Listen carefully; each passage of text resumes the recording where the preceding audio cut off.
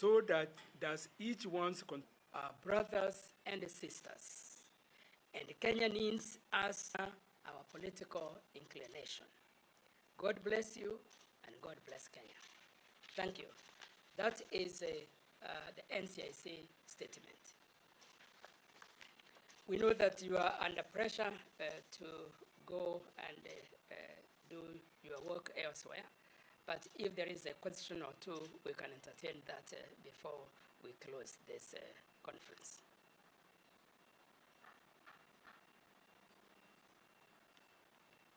Okay, there being no question, thank you very much, and we wish you a good day, and we all stay calm and maintain peace as we await for the results of the presidential elections, whenever it is going to happen. Oh yes, there is a question, yes. My name is Sharon Law from Ramu. Just for our audience, can you repeat the same strategy? Briefly, just a summary of everything that you say. Asante sana. Sisi tukiwa tume ya taifa ya uwiano na utangamano, tungependa kuambia wananchi ya kwamba tumefurahia kuona tulipiga kura vizuri kila pahali, na vile mambo yalivyo sasa, kumekuwa na utulivu na amani, na ni kwa sababu amani ni muhimu sana. Mpaka sasa tumeona kwamba kote katika nchi kumekuwa na amani, hata ingawa mahali hapa na pale kulikuwa na shida kidogo. Kulingana na miaka na elections zilipita, mwaka huu wa 2022 elections tumeenda vizuri, na ni kwa sababu Wakenya wote wameamua kwamba vile tungependa ni amani. Tumeona kwamba kuna wakati mwingine, kuna hasa in social media, kuna zile tunaita fake news. Kuna wengi wale wamejaribu kutambaza news hapa na pale, lakini vile tungependa ni sisi wote wa Kenya tungoje mpaka tutasikia matokeo ya uchaguzi wa rais ukitangazwa na chairman wa Iebc Mr. Chebukati, kwa sababu ni yeye tu ana mamlaka kulingana na sheria kutangaza matokeo or results ya presidential election. Kwa hivyo yeye yule, kukiwa kuna wengine wanasema mambo ya matokeo ya uchaguzi wa rais, tujue kwamba hao sio ambao wana mamlaka ya kusema hivyo. Pia tungependa kusema kwamba vile itatangazwa kama masaa 36 hivi, kwa sababu kulingana na katiba kesho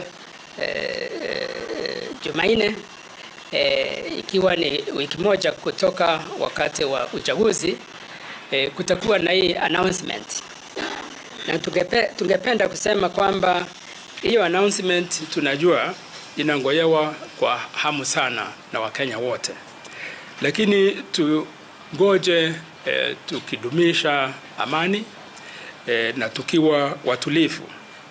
Tujue kwamba yeyote atakuwa ndiye amechaguliwa na Wakenya kama rais wa 5 wa Kenya, sisi wote tukubali, kwa sababu huo ni uamuzi wa Wakenya wale wanapiga kura. Kwa hivyo tungependa kusema kwamba hiyo haitakuwa mwisho wa maisha yetu Kenya. Na kwa hivyo tujue kwamba yule atakuwa rais wa 5, tumuunge mkono ili yeye aweze kuongoza nchi ya Kenya vilivyo. Kwa hivyo tungependa kuuliza Wakenya kwamba wakubali matokeo kulingana na vile yatatangazwa, ikiwa ni leo au lazima iwe ni kesho, kwa sababu hivyo ndivyo katiba inasema. Tungependa pia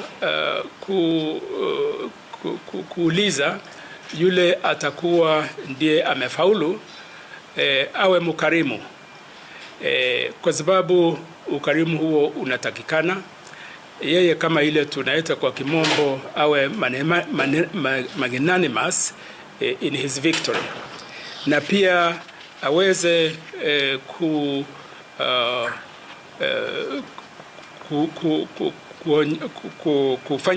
kuita yule atakuwa ndiye run up, kwa sababu kutakuwa na yule ameshinda na yule amekuwa ndiye alikuwa karibu kushinda, ili waweze kufanya kazi pamoja. Na yule atashindwa pia tujue amefanya kazi nzuri sana, kwa sababu kulingana na vile tumeona matokeo ni kwamba ni almost 50-50. Kwa hivyo si kusema kweli ameshindwa, ni kwa vile lazima kutakuwa na mshindi moja. Tungependa pia kuuliza Wakenya wote, wananchi pia wawe wakarimu. Kama vile tumeona kuna viongozi wengine ambao wamechaguliwa, na kwa mara ya kwanza wengi sana wale waligombea viti mbalimbali, ikiwa vya governor au senator au member of parliament, wamekubali, they have conceded defeat. Hiyo ni jambo la muhimu sana katika demokrasia, na tungependa kupongeza wale ambao wamekubali kushindwa, na tuseme kwamba tuendelee kwa njia hiyo hiyo, kwa sababu hiyo itadumisha demokrasia. Ya mwisho tumesema kwamba tumeona uchaguzi umeendelea kulingana na vile tukiwa NCIC tulisema tuwe na elections bila noma, uchaguzi bila noma, kwa sababu kama vile mnajua kwa mwaka umepita sisi tulikuwa na hiyo rallying call ya uchaguzi bila noma, na ni kwa sababu ya vile kumekuwa na cooperation katikati ya wengi sana katika nchi, lakini pamoja pia na wale international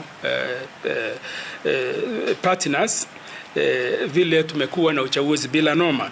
Vile vile tungependa kuuliza Wakenya tudumize hiyo uchaguzi kama vile tulifanya kwa uchaguzi bila noma, ili tuwe na ile tunaita presidential election results bila noma, kwa sababu kukiwa na hiyo itaonyesha kwamba tumeanza kukomaa kidemokrasia, na ni wakati yule ambaye ameshindwa anakubali, hiyo ndio itaonyesha kwamba hata ikiwa hatukufaulu wakati huu, tutajaribu wakati mwingine, kwa hivyo sababu tunajua kuna wengi wanajaribu mara mingi na mwishowe wakashinda. Alafu tukimaliza tumesema kwamba tukumbuke sisi wote katika kupiga kura, kila kura ya Mkenya yeyote ni ya muhimu, na tujue hiyo kwa sababu yule ya uchaguzi wa rais, yule atakuwa na 50% plus 1 vote, kura moja tu ni ya muhimu. Hiyo ndio tungependa kusema kwamba pia vile sisi tutadumiza amani, kila mmoja wetu vile atakuwa amekaa kwa amani, vile vile itakuwa ni ya muhimu, hata ikiwa ni ya mtu mmoja. Na kwa sababu hiyo itatusaidia tuendelee kuwa ndugu na ndanda katika nchi yetu. Asanteni sana, hiyo ndio imekuwa statement yetu. Okay, asanteni. Mungu aubariki kwa kazi yenu ya leo.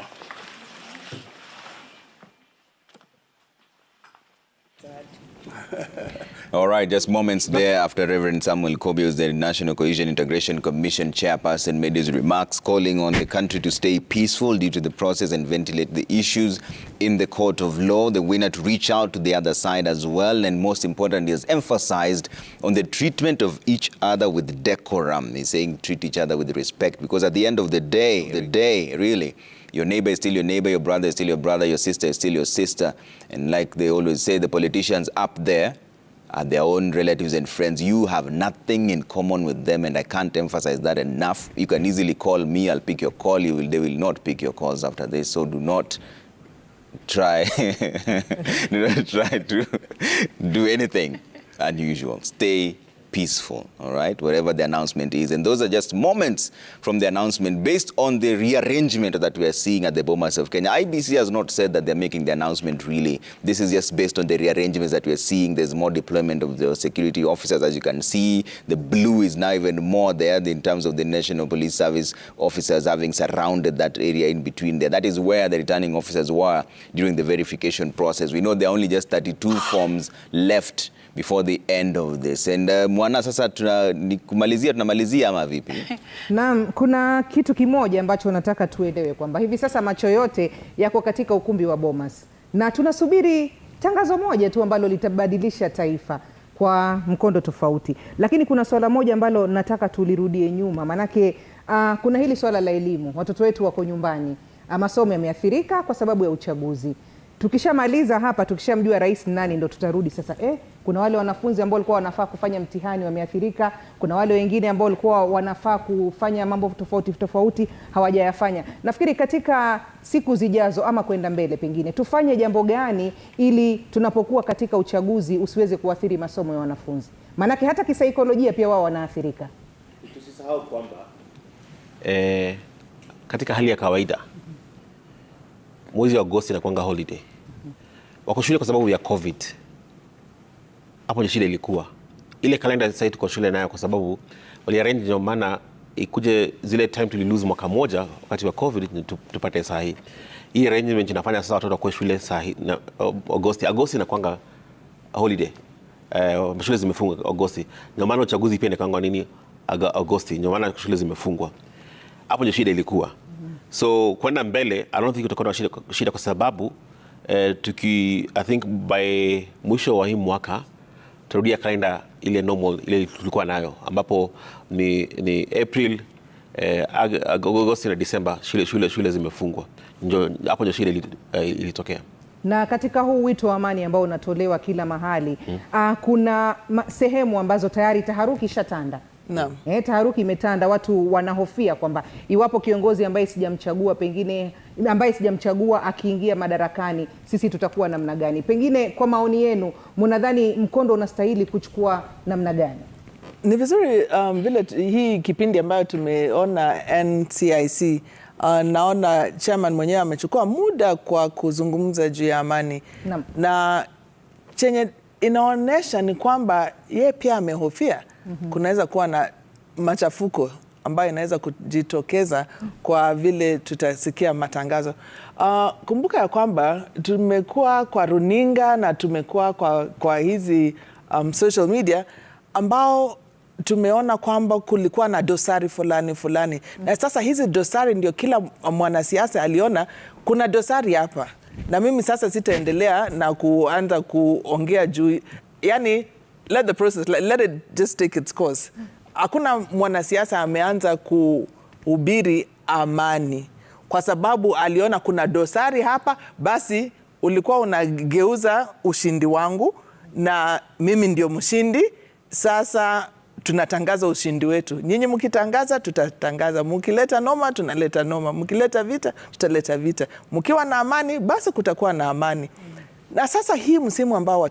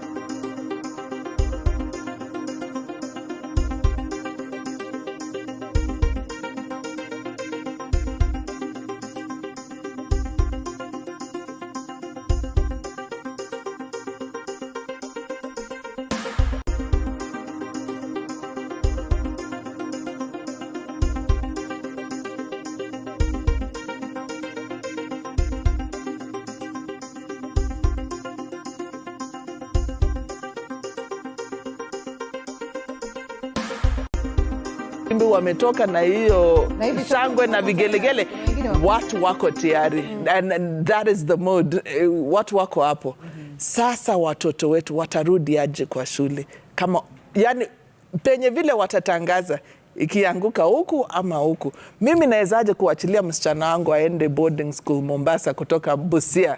Sitaweza kufanya hivyo kwa sababu sijui hapa katikati ikifika Nakuru watashukishwa kwa basi, kila mtu wadhulumu msichana wangu, unaona. Sasa ni hali ya kusikitisha sana, kwa sababu vile tumeona hii uchaguzi, kila mtu amesema kulikuwa na dosari, kulikuwa na dosari, kulikuwa na dosari. Hata vile Iebc walikuwa wanajaribu kuongea, haikuwa inaingia kwa watu.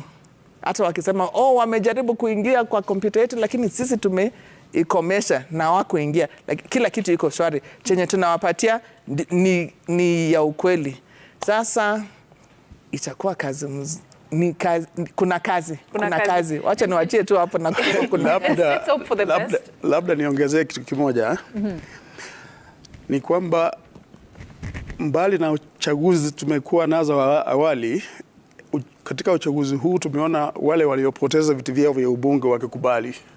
Hata MCAs wanakubali kwamba aliyeshinda ameshinda na mimi nimekubali matokeo. La pili ni kwamba waliojitokeza, idadi ya wapiga kura waliojitokeza kupiga kura ni kama 50% ama 52. Kwa hivyo wale wengine ambao hawakupiga hawana sababu ya kuwa na hisia ya kuleta mambo yoyote kwa sababu hawakupiga kura.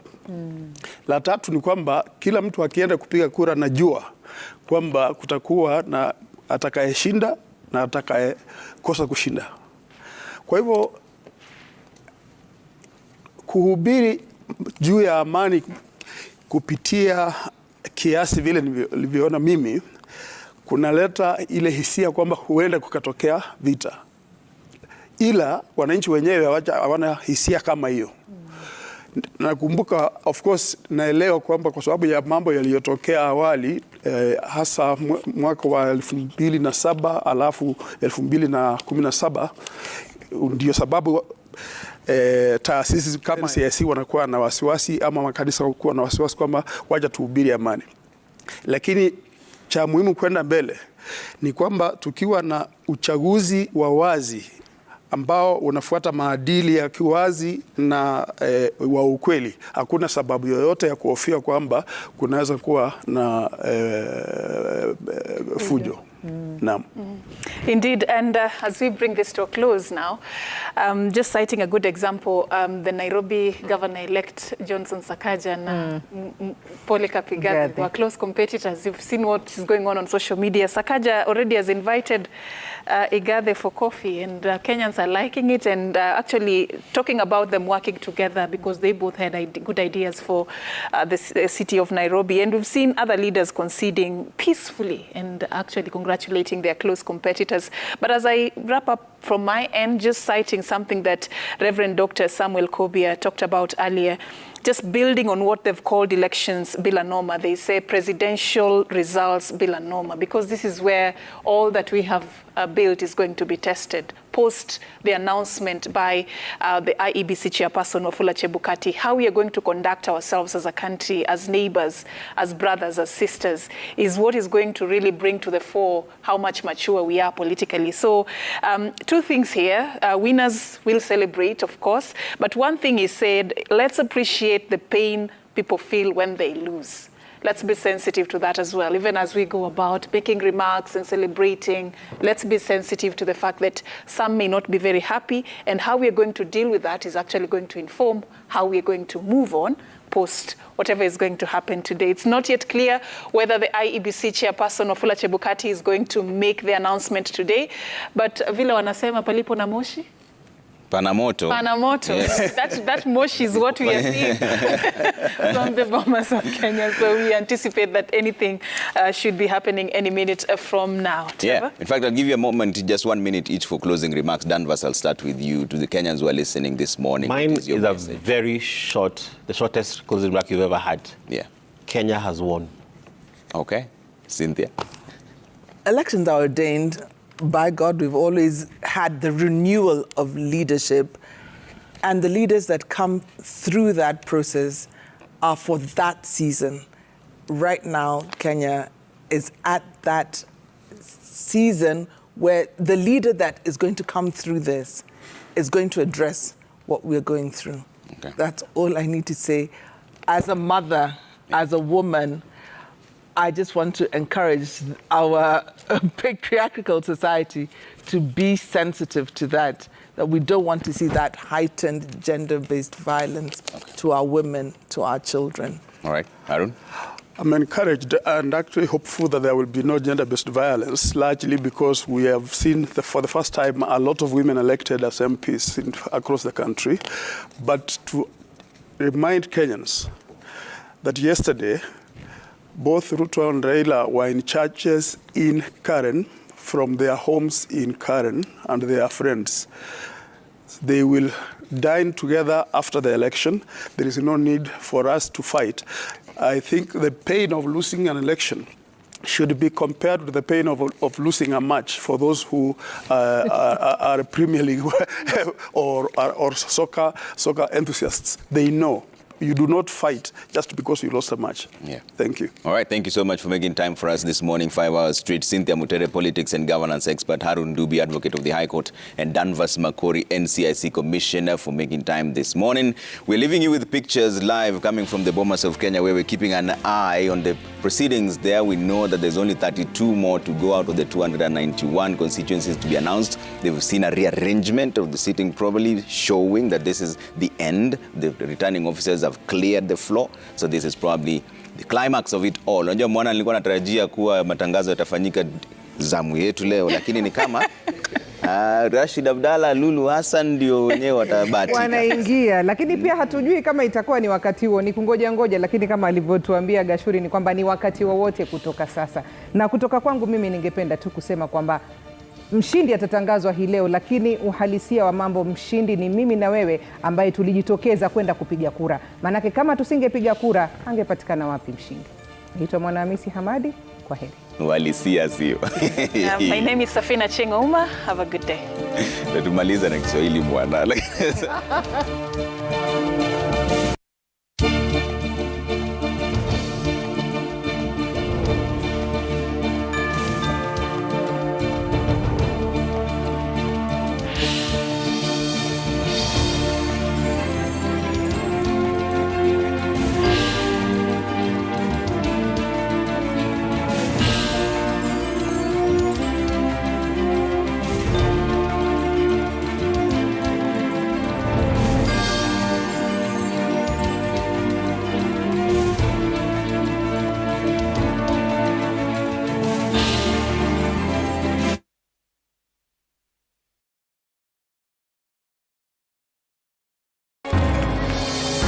Japo tuna tofauti,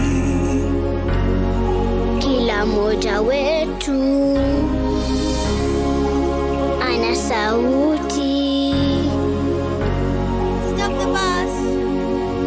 Tuinuane, ushirikiano wetu.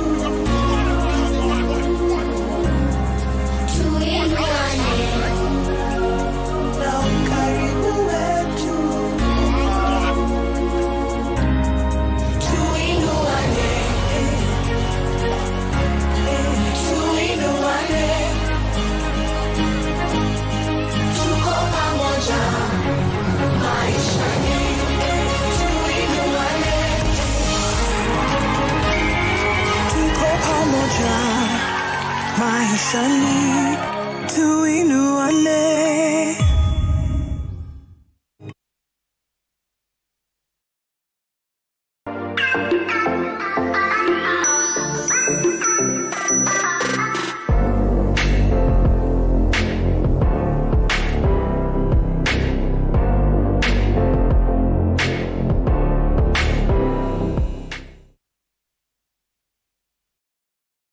Kama kawa.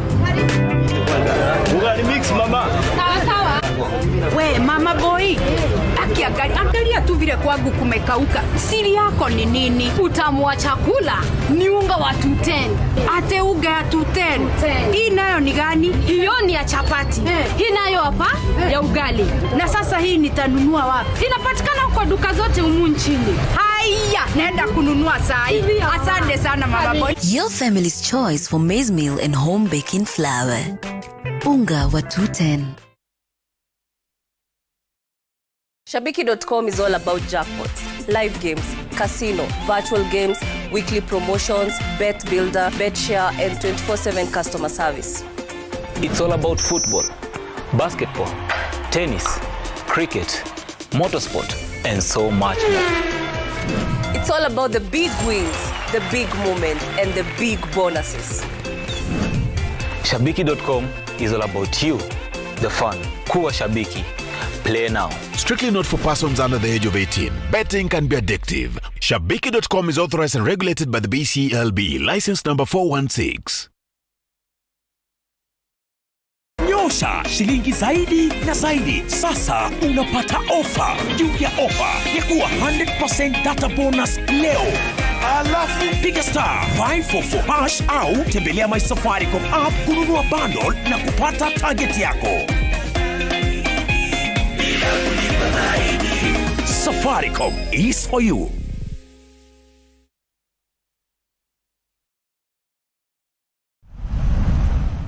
Experience Swiss-based education in the heart of Nairobi. With practical hands-on skills, we prepare you for the dynamic world of culinary arts and patisserie or international hospitality management. Travel the world and gain global work experience through our international placement network as you shape your career as the next global future leader in hospitality. Welcome to the Bomas International Hospitality College. August and September intake ongoing.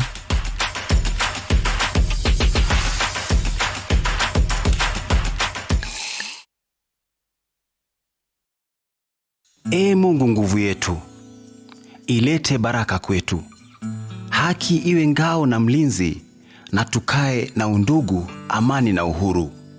Raha tupate na ustawi, tuungane mkono kwa upendo, tuwe jirani wema kwa kusaidiana na kuelewana. Dial *860 *412# to get tuungane mkono. Sasa, mimi ni Zuri kutoka Safaricom na niko hapa kukuchanua. Kaa macho. Safaricom upiga kutoka 0722 000 000 pekee. Ukipigiwa na namba nyingine, usipeane maelezo yako ya kibinafsi. Tuma namba ya mkora kwa 333 ili Safaricom ichukue hatua. Jichanue and take control. Maishani tuinuane.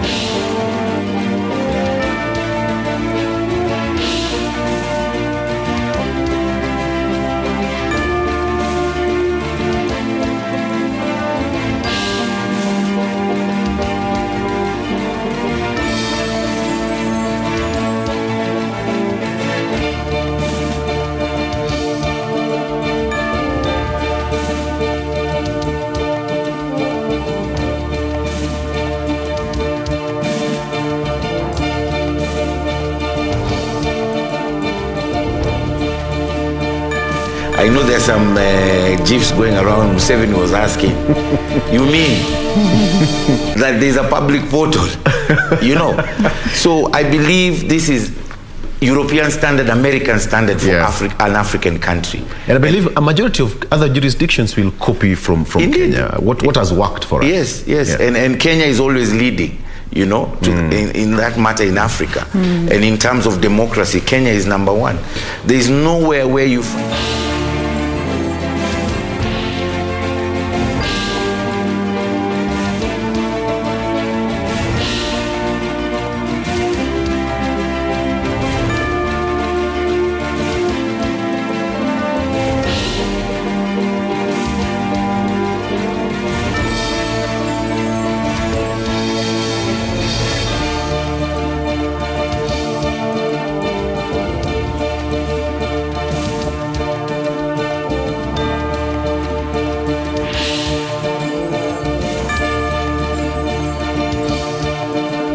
this time round he can go and retire, because I know this was his last election in terms of the term that he holds. He cannot be the chairman further from this.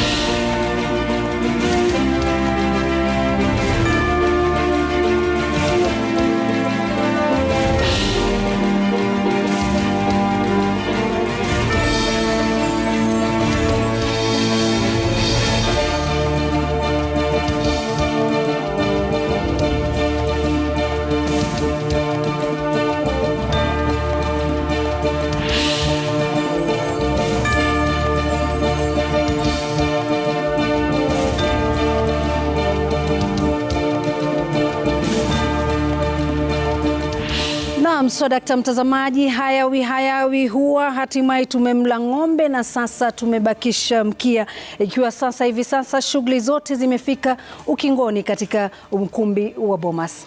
Na bila shaka tunazungumzia ni nani atakayepewa wadhifa wa kisheria kuweza kuwa rais wa 5 wa Jamhuri ya Kenya. Ni nani ambaye ataweza kupewa wadhifa wa kisheria kuwa rais katika muda wa this guy had done a lot of practice in law in Mombasa and in Nairobi for a long period.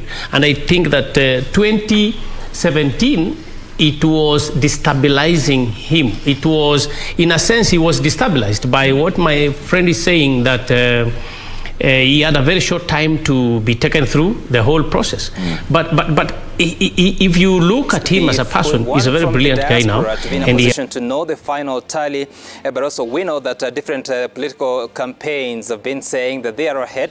Very confusing, but of course we are expecting that IEBC should, in the course of the day, make the final announcement and declaration if indeed there is a winner, bearing in mind that there are those requirements that you have to get at least 50% plus 1 vote. We'll be waiting to see if there's a candidate who has gotten to that threshold. Mtazamaji, karibu, hii ni Kenya's Choice 2022. Na bila shaka chaguo la Mkenya, ikiwa Wakenya wote leo hii wanatarajia wapate kile ambacho kinaendelea. Kumbuka wanahabari wetu pia vile wapo sehemu tofauti hapa nchini Kenya kusubiri na kuweza kupata maoni ya wananchi kuhusiana na kusubiri kwao. Manake huenda ikawa leo, lakini kisheria pia huenda ikawa kesho.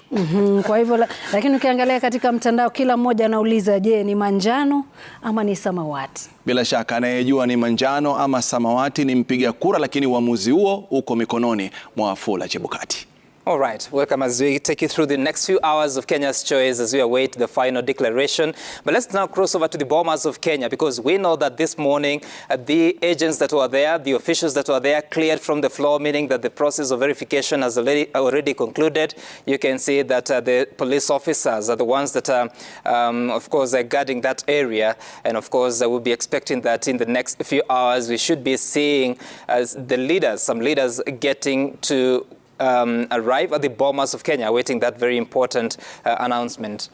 Na kama ulivyozungumza Sam, nafikiri kwamba kwa idadi ya yale maeneo bunge ambayo ameweza kusalia, na ukiangalia jinsi ambavyo jana Sam Gituku watu walikuwa wanavyozisoma, kuna uwezekano kwamba labda huenda vikasomwa vyote kwa wakati mmoja, kwa sababu tuliona kwamba jana zinasomwa zaidi ya maeneo bunge 30 na kwa hiyo kwa wale waliobakia labda kwa mkupuo mmoja huenda wakamaliza na baadaye ikawa ni subiri za kusubiri, na kuna taratibu zingine za kisheria ambazo lazima zifanyike wakati mwenyekiti ashajua ni nani ambaye ameweza kupata kura nyingi. Kuna mawasiliano lazima yafanyike na idara za usalama, kuna mawasiliano lazima yafanyike kwa rais aliye madarakani, alafu mawasiliano yafanyike kwa rais mteule, na pia yafanyike kwa yule ambaye haja. Kwa nafikiri kuna shughuli zitakuwa zinaendelea kabla tuone yale matangazo yakifanyika. Labda shughuli zile zitakuwa zinatoa mwelekeo labda pengine wapi kiti kinaenda, lakini pia wanazifanya kwa usiri zaidi, kumaanisha hakuna mtu ambaye atajua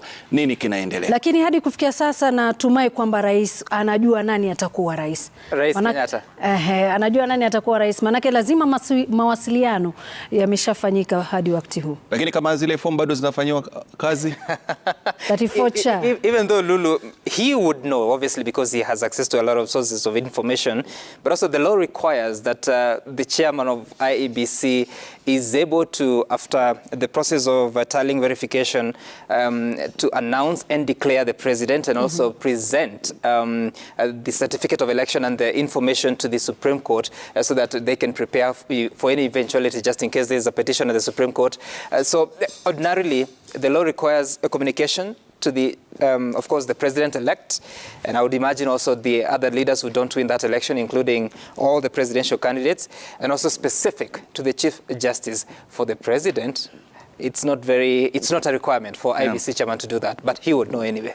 Na bila shaka ni baadhi tu ya masuala ambayo tunakuwa tunayatarajia kwamba huenda yakafanyika katika siku hii ya leo. Na ukiangalia pia viongozi wengi Sam Gituku na Lulu, ni kwamba tumeona wakiingia katika ukumbi wa Bomas kutoka mirengo yote ya kisiasa. Kuna wale ambao ni wateule na kuna wale ambao pia hawakuchaguliwa, lakini wote wamekuja, kumaanisha kwamba matokeo katika siku hii ya leo yatakuwa ni muhimu sana kwa upande wote wa kisiasa, na pia itakuwa ni muhimu sana kwa taifa hili la Kenya. Kwa ukiona sura nyingi ambazo ziko pale ni mchanganyiko walioteuliwa ambao hakuteuliwa kutoka kambi zote za kisiasa. Very important, especially because this is something that happens every 5 years. And so even as the announcement is being made, every leader, especially those that have been elected, those that are participating in this year's election, it will be important for them to witness history. And it has been the case even in 2017, 2013.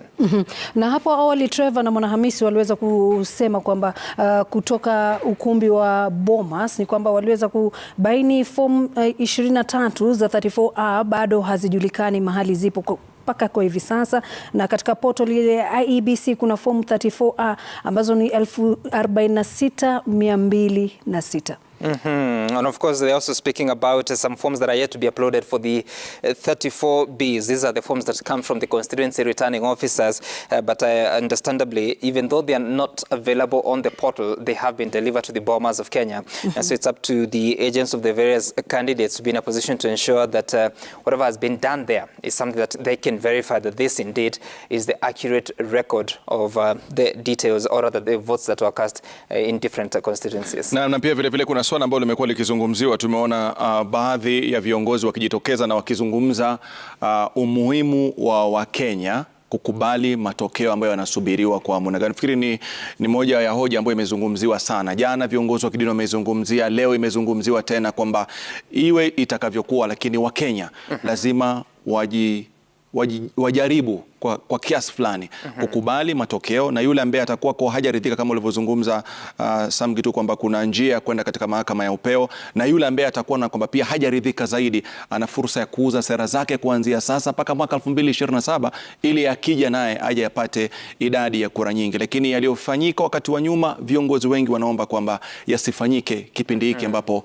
tukomae kisiasa, tudumishe amani, undugu na tusonge mbele. Naam, ni jambo ambalo pia mwenyekiti wa NCIC Samuel Kobia pia ameweza kuzungumza, Reverend Samuel Kobia, akisema kwamba kila mmoja kuwe na amani, kuwe na umoja wakati huu, na pia akawaeleza wale yule atakayeshinda pia aweze ku reach out kwa ule ambaye kidogo ameweza kushindwa ili waweze kufanya kazi kwa pamoja, sio handshake, lakini waweze kufanya kazi kwa pamoja. Lulu. And actually we've been witnessing a bit of that, including some of the governorship candidates who've won elections, those that have lost. Some are conceding, some are saying they are going to contest the decision or the outcome in court. But that's extending the olive branch would be very crucial at such a time that indeed, yes, the campaign has been there. The official campaign period was about 70 days, but of course it's been longer than that in this country, probably close to a year. So it's also time that as soon as people are satisfied, if you're dissatisfied, you go to court, as you find justice. The country needs now to get back to rebuilding, I would suggest. But tuliona kitu kama hicho kitokea jana. Tuliona naibu rais William Ruto pia akiweza kusema kwamba matokeo yatakavyotokea basi kila mmoja atakuwa radhi. Pia vile Raila Odinga pia aliweza kusema kwamba atakubali matokeo, kwani msema kweli ni Iebc. Na bila shaka kumbuka Aprili kama sikosei mwaka 2013 zaidi ya kura milioni 6,158,610 zilimtosha rais kuteuliwa kama rais mteule Uhuru Muigai Kenyatta, wakati ambaye yuko madarakani mpaka sasa baada ya kufanya uchaguzi. Kwa hiyo tuangalie, je, rais, kwa sababu ya hesabu ambazo Wakenya wameweza kupata, wanasubiri kuangalia, je, itafika milioni ngapi. Nafikiri ni kitu ambacho jana usiku kilizidi zaidi na asubuhi kimeshika kasi zaidi, kila mtu akisema kwamba ni mimi, ni yeye, tumeweza kuchukua, tofauti yetu ni. Nafikiri ni swala moja ambalo wachanganuzi wanasema kwamba ni zuri kwa sababu linaleta uwazi, na tuna imani kwamba miaka ya usoni Wakenya watatumia uwazi ule, lakini bila kufanya maamuzi yao moja kwa moja, kwamba ujivunie uwazi ule lakini usiamue wewe kwamba imekwenda upande huu. Right, and of course, as you say, 50+1. In 2013, President Kenyatta surpassed that threshold by about 8,400 votes. It looked like a very small margin, but it was sufficient because remember, you're just supposed to get to 50% plus a single vote. It's not 50+1 to be 51%. No, it is if the votes cast were, say, 6 million, if you get 3 million plus 1, and then your opponent gets 2,999,999 votes, you will be the winner, the one that is over 3 million with an extra vote. And that's the constitutional threshold. It doesn't matter by how many you surpass that threshold, mradi tu ipo kura moja ambayo imeweza kusonga mbele. Na nafikiri pia ukiangalia ni watu kwako wanazungumza kwamba ni uchaguzi ambao watu wengi watajitokeza kupiga kura, Lulu, kwamba wasema kwamba idadi watakayojitokeza itakuwa kubwa zaidi. Lakini ukiangalia kwamba idadi haikuwa kubwa ikilinganishwa na wale ambao walijisajili kama wapiga kura.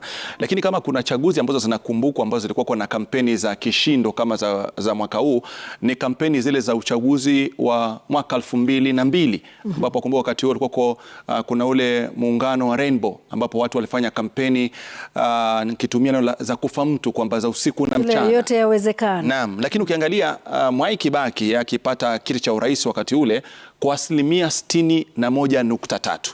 Kwa hiyo tunataka tuweze kuangalia kwamba ukilinganisha kampeni zilivyokuwa wakati ule, huwezi zilinganisha na kampeni za mwaka 2013 au mwaka 2017. Hizi za mwaka 2022 zilikuwa kuna kasi mno zikilinganishwa na za mwaka 2002. Kwa hiyo tuangalie, je, kama mwaka 2002 aliteuliwa na 61.3%, atakayeingia madarakani mwaka 2022 ataweza kupata asilimia ngapi kama kwa anavyozungumza Sam Gituku kwa jumla ya kura ambayo atakuwa ameweza kupigiwa?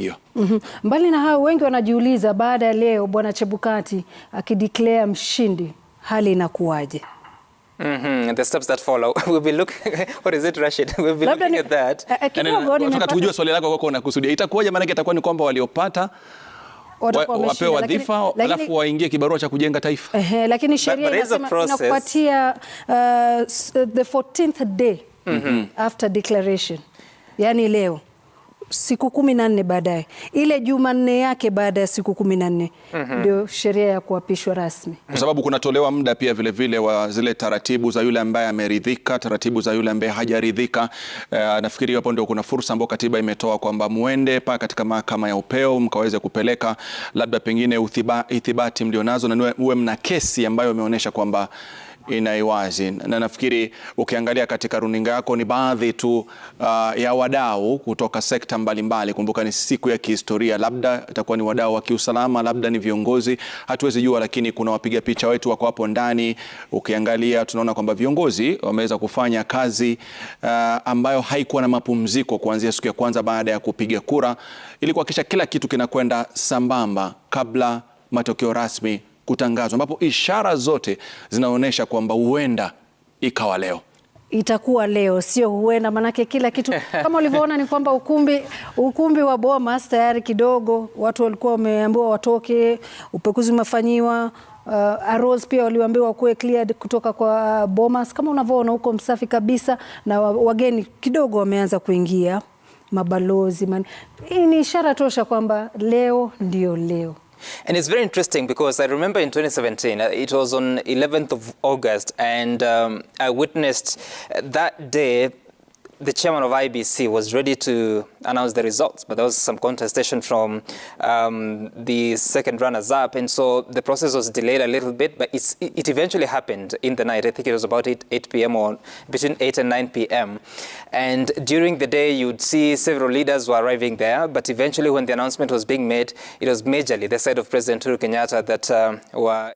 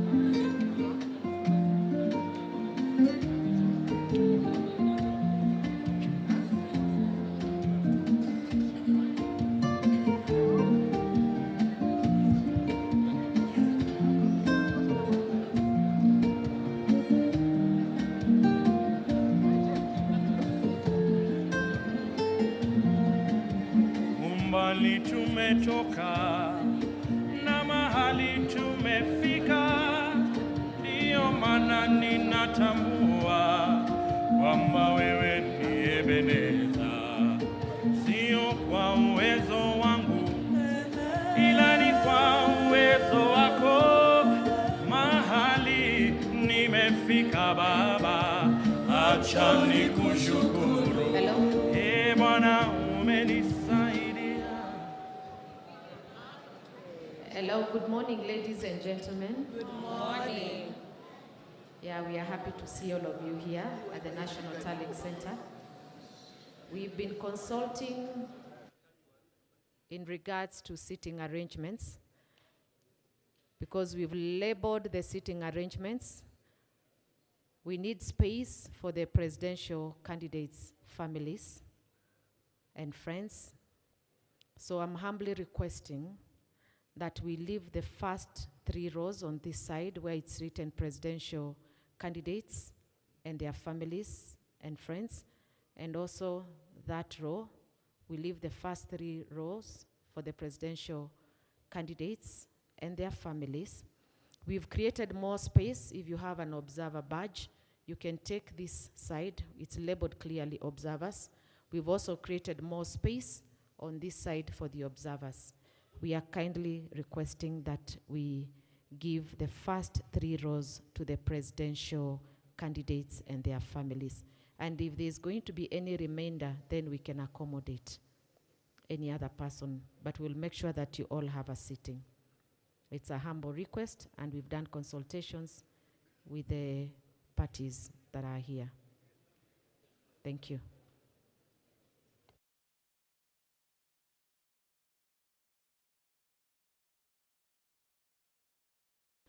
The protocol persons that we've discussed with will also assist us in ensuring that we've created that space. Thank you.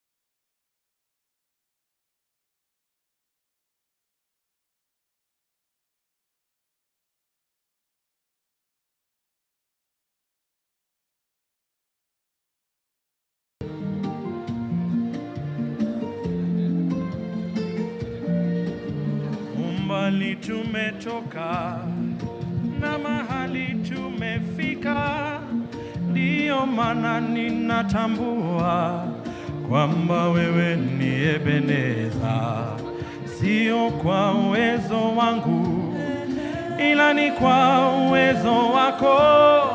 Mahali nimefika Baba, acha nikushukuru. Thank you, choir. And this area, I also want to dance. This area for the diplomats, kindly, if you're not a diplomat, we humbly request you to take the observers area. We have a lot of space there, and this other side where the choir is, there is the observers area. If you're not a diplomat, please, we request that you give space to the diplomats in this area. Diplomats and AAEA team. Also, the religious leaders will be here with the diplomats. Yes, sir. We don't want anyone to be vacated. We ask you to self-vacate yourself. Self-vacate yourself. Mic check. And go to...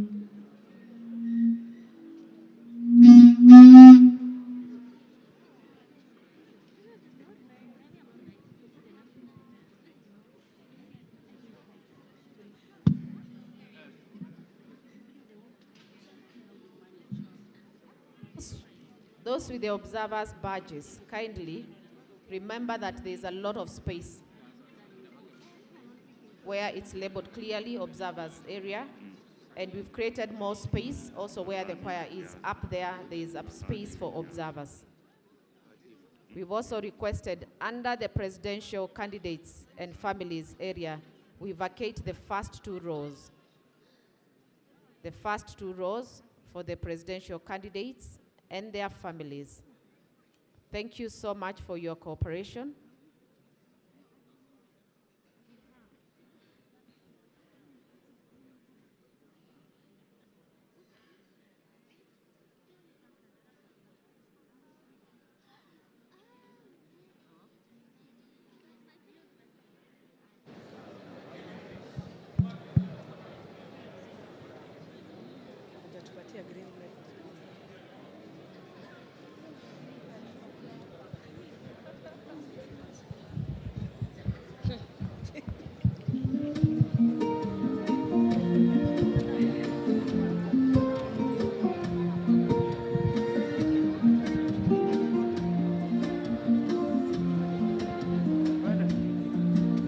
Umbali tumetoka na mahali tumefika, ndio maana ninatambua kwamba wewe ni Ebeneza, sio kwa uwezo wangu ila ni kwa uwezo wako. Mahali nimefika Baba, acha nikushukuru. Bwana umenisaidia nifike mahali nimefika. Bwana wewe ni Ebeneza maishani mwangu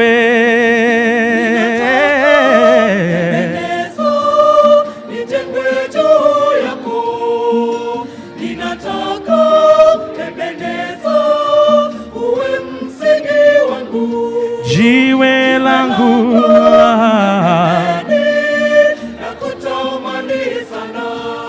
jiwe langu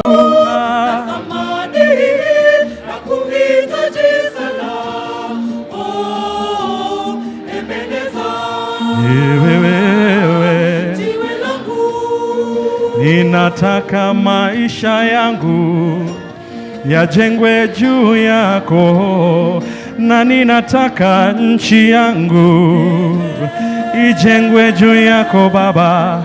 Nchi zilizojengwa juu yako Yawe hazivunjiki kamwe, na mataifa yaliyojengwa juu yako Yawe hayavunjiki kamwe. Mimi nataka maisha yangu Baba yajengwe juu yako, maana wewe ni sauti yangu, wewe ni uzima wangu. Ninataka Ebeneza, Ebeneza nijengwe juu yako Baba.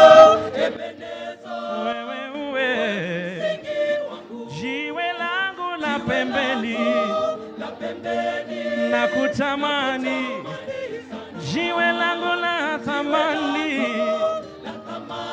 na kuhitaji ni wewe, ndiwe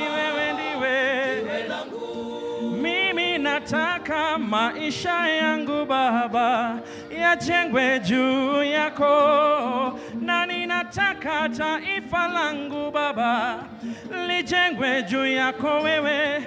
Taifa lililojengwa juu yako Yawe halivunjiki kamwe, na nchi zilizojengwa juu yako Yawe hazivunjiki kamwe. Mimi nataka uimbaji wangu Baba ujengwe juu yangu wewe ni uzima wangu.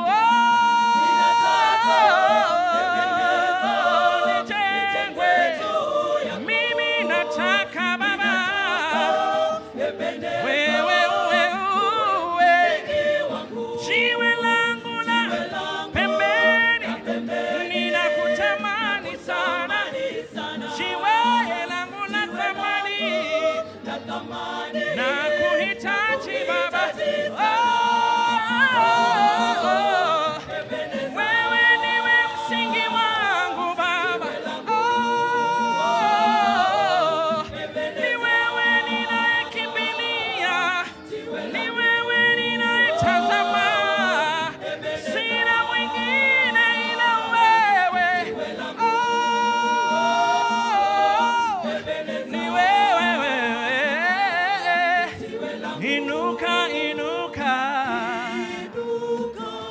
jitie nguvu, simama, wewe mshindi, tawala, una kibali, msaidizi wako yu ndani yako. Inuka, inuka, jitie nguvu, simama, simama,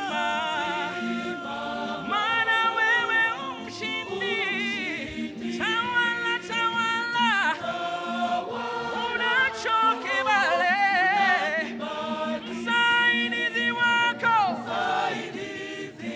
yunawe, yunawe, oh, msaidizi wako yunawe, yunawe, oh, msaidizi wako yunawe, yunawe, yunawe, oh, msaidizi wako yunawe,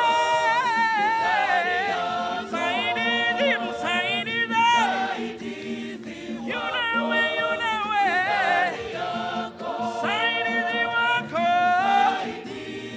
yunawe, yunawe, msaidizi wako yunawe, yunawe, msaidizi wako Kenya yunawe,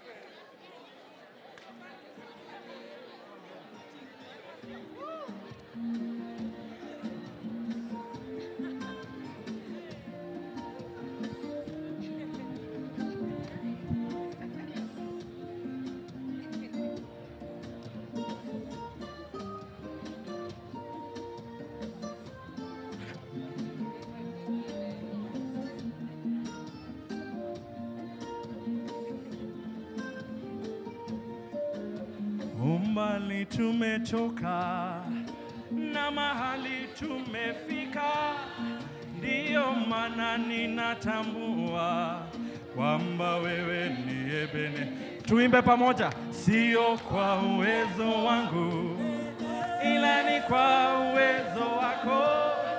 Mahali nimefika Baba, acha nikushukuru. Bwana umenisaidia nifike mahali nimefika.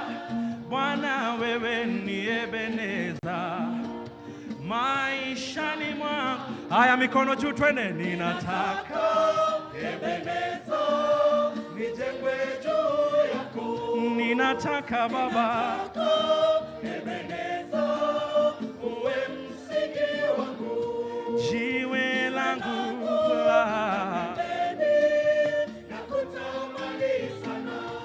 jiwe langu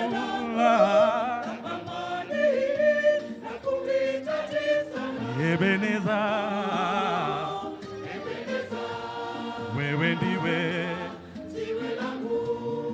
Mimi nataka maisha yangu yajengwe juu yako, na ninataka taifa langu lijengwe juu yako Baba.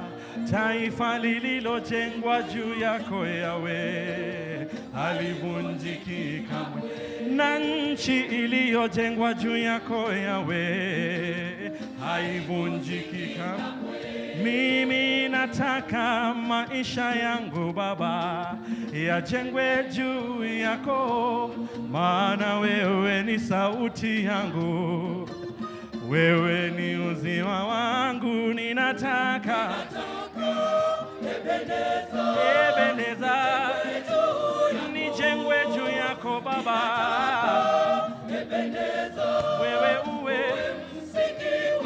jiwe langu la pembeni Baba, nakutamani sana, jiwe langu la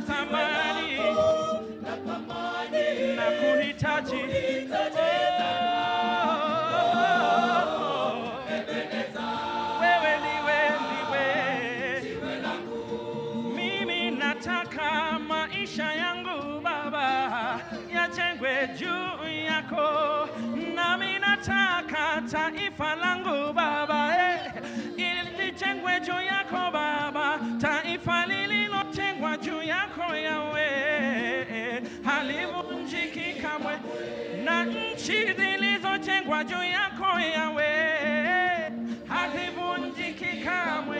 Mimi nataka maisha yangu Baba yajengwe juu yako, maana wewe ni sauti yangu, wewe ni uzima wangu.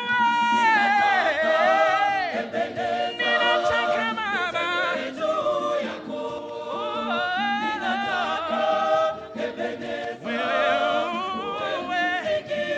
jiwe langu la pembeni, nakutamani sana Baba, jiwe langu la thamani,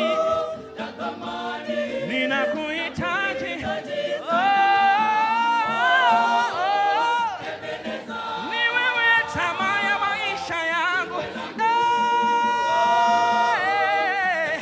ni wewe tegemeo langu, ni wewe msingi wa maisha yangu Baba, ni wewe ninayetazama, ni wewe ninayetazama.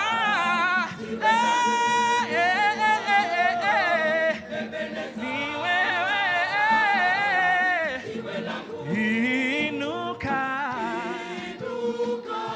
jitie nguvu, mikono juu, simama, wewe umshindi, tawala tawala,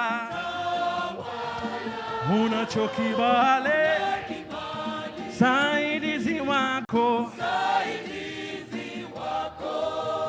Haya, makofi wa Kenya. Inuka, inuka, jitie nguvu, simama, maana wewe ni mshindi, wewe tawala.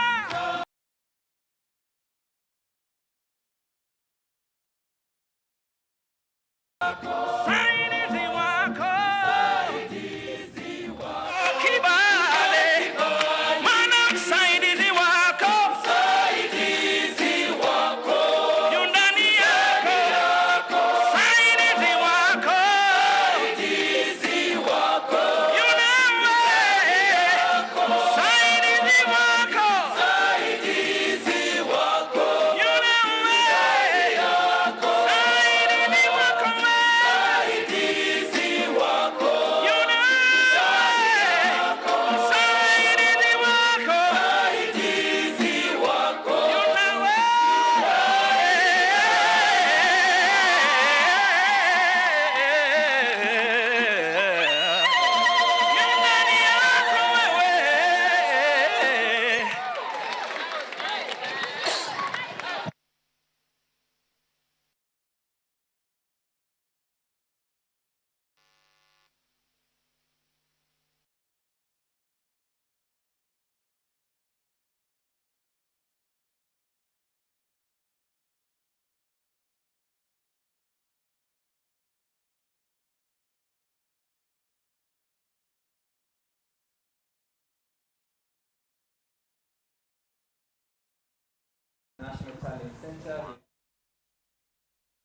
And Rashid, it's pretty interesting to see politicians singing the same song.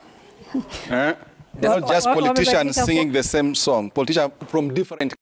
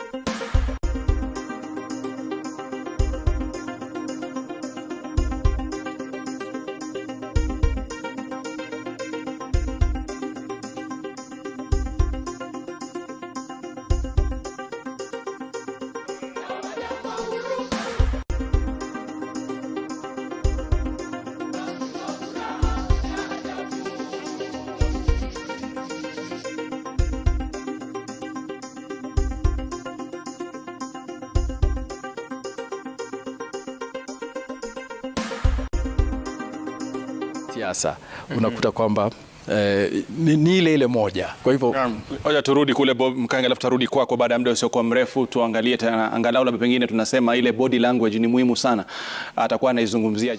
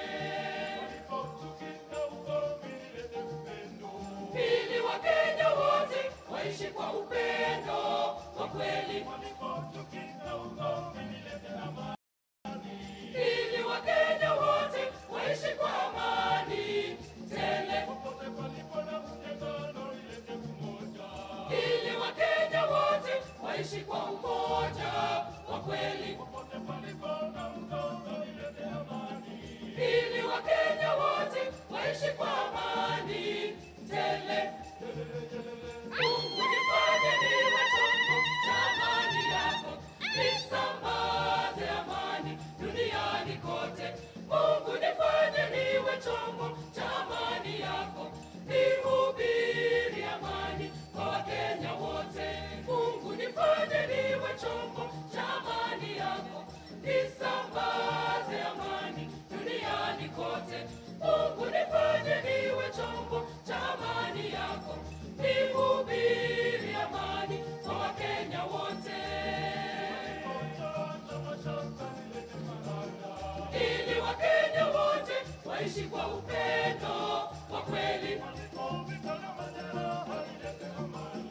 Ili Wakenya wote waishi kwa amani tele. Ili Wakenya wote waishi kwa umoja wa kweli. Ili Wakenya wote waishi kwa amani tele. Kweli mimi nimeshajitolea kuhubiri amani kwa Wakenya wote. Tukomeshe vitendo vya uharibifu, tuijenge Kenya taifa letu. Kweli mimi nimeshajitolea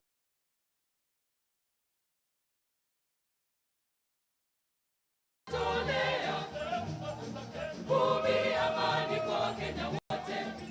Tuijenge Kenya taifa letu. Kweli mimi nimeshajitolea kuhubiri amani kwa Wakenya wote. Tukomeshe vitendo vya uharibifu, tuijenge Kenya taifa letu. Mungu nifanye niwe chombo cha amani yako, nisambaze amani duniani kote. Mungu nifanye niwe chombo cha amani yako, nihubiri amani kwa Wakenya wote. Mungu nifanye niwe chombo cha amani yako, nisambaze amani duniani kote. Mungu nifanye niwe chombo cha amani yako, nihubiri amani kwa Wakenya wote. Kwa Wakenya wote, ningependa upendo kwa Wakenya wote. Kwa Wakenya wote, ningependa amani kwa Wakenya wote. Kwa Wakenya wote, ningependa umoja kwa Wakenya wote. Kwa Wakenya wote,